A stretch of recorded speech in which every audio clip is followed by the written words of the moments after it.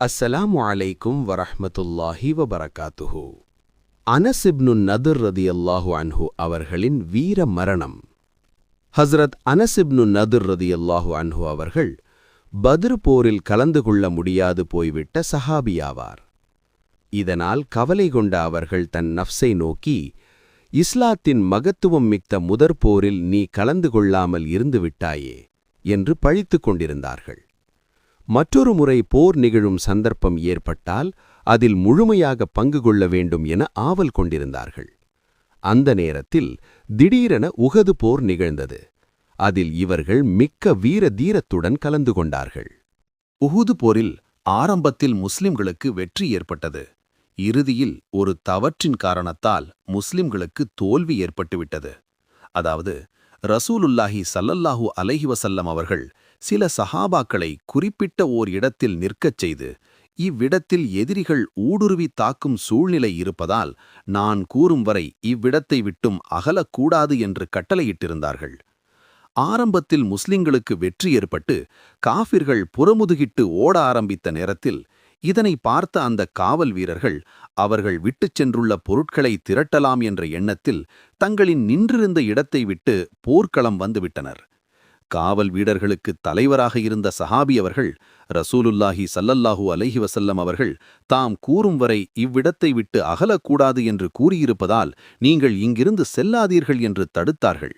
எனினும் ரசூலுல்லாஹி ஸல்லல்லாஹு அலைஹி வஸல்லம் அவர்களின் கட்டளை போர் நடக்கும் நேரத்திற்கு மட்டும்தான் என்று எண்ணிய அவர்கள் அவ்விடத்தை விட்டகன்று போர்க்களத்திற்கு வந்து சேர்ந்தனர்.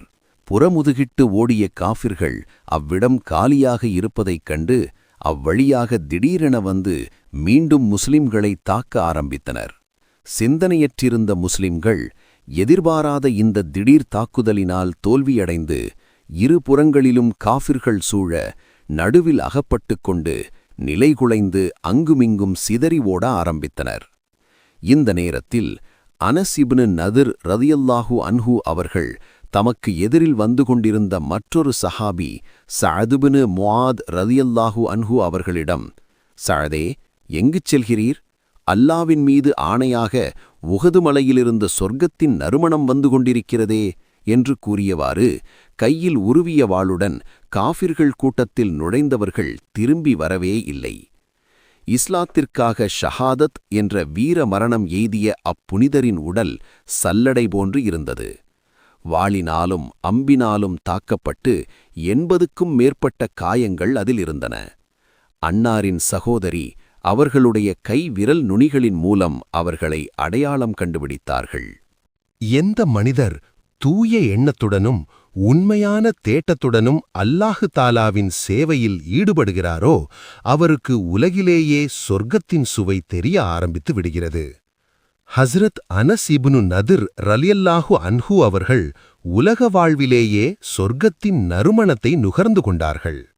ஹஸ்ரத் மௌலானா ஷாஹ் அப்துர் ரஹீம் ராய்பூரி ரஹ்மத்துல்லாஹி அலைஹி அவர்கள் சொர்க்கத்தின் இனிமை வந்து கொண்டிருக்கிறது என்று கூறுவார்கள் என்பதாக அன்னாரின் நம்பிக்கைக்குரிய பணியாளர் ஒருவர் கூற நான் கேட்டுள்ளேன். ரமதானின் சிறப்புகள் என்ற நூலிலும் இதனை எழுதியுள்ளேன்.